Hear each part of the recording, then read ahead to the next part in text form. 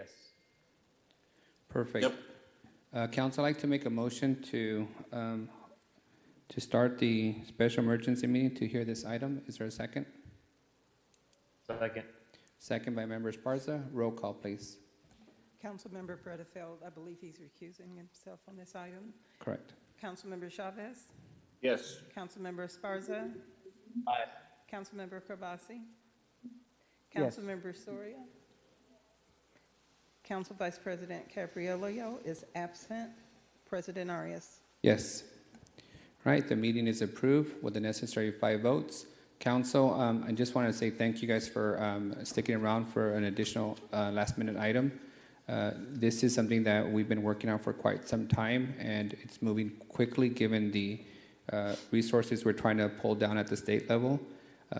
The best description I can give this item is it's a letter of intent to continue to work with the Housing Authority as a partner as we try to pull down approximately $22 million of state resources to secure hundreds of additional beds for our homeless, and those beds would eventually become affordable housing. So with that, let me make a motion to approve the non-binding resolution. Is there a second? Second. All right. H, would you like to say a few words before we go to the public for comment? Council President, City Council, H. Spies, Director of Strategic Initiatives, Office of Mayor Lee Brand.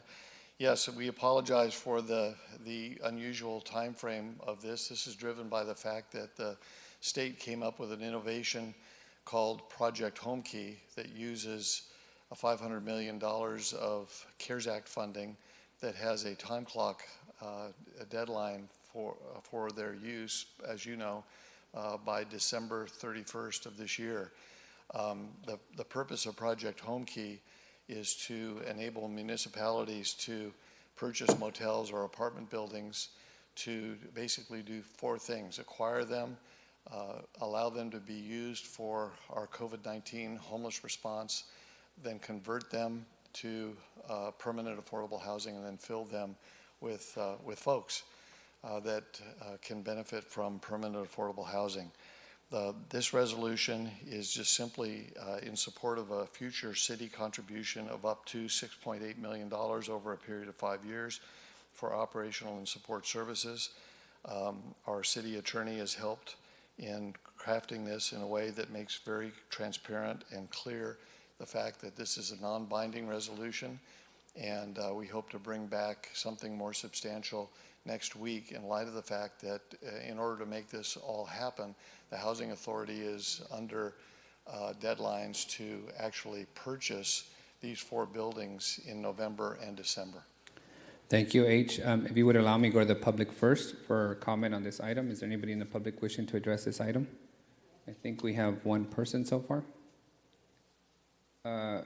Mr. Preston Prince. And before you speak, Mr. Prince, I do want to just remind the council that on October 29th, we in a meeting next week, we will not only hear the budget for a potential final vote, we will also hear the extension for the current shelter beds, as well as a presentation on this item that details all the specifics. So expect that coming soon, but we will get a full vetting of all the proposals related to our homeless and housing of them.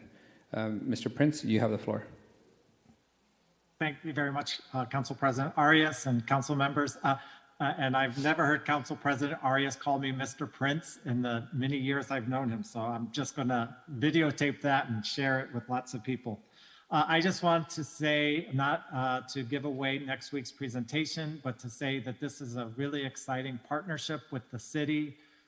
This is an idea that we have been talking about at the Housing Authority with community partners for 3 or 4 years. It's an idea of converting motels on Parkway Drive into permanent housing that Council President Arias has championed through the ordinance that would allow for the conversion of motels into housing.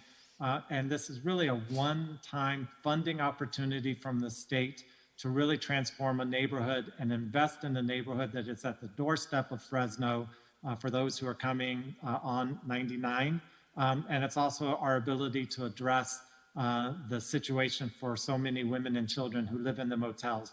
It is a really complicated effort, and the funds from the state are really pushing us to go at a breakneck speed. I just want to reiterate Mr. Spees' comments about that we apologize that this feels rushed, and but we really appreciate your consideration of this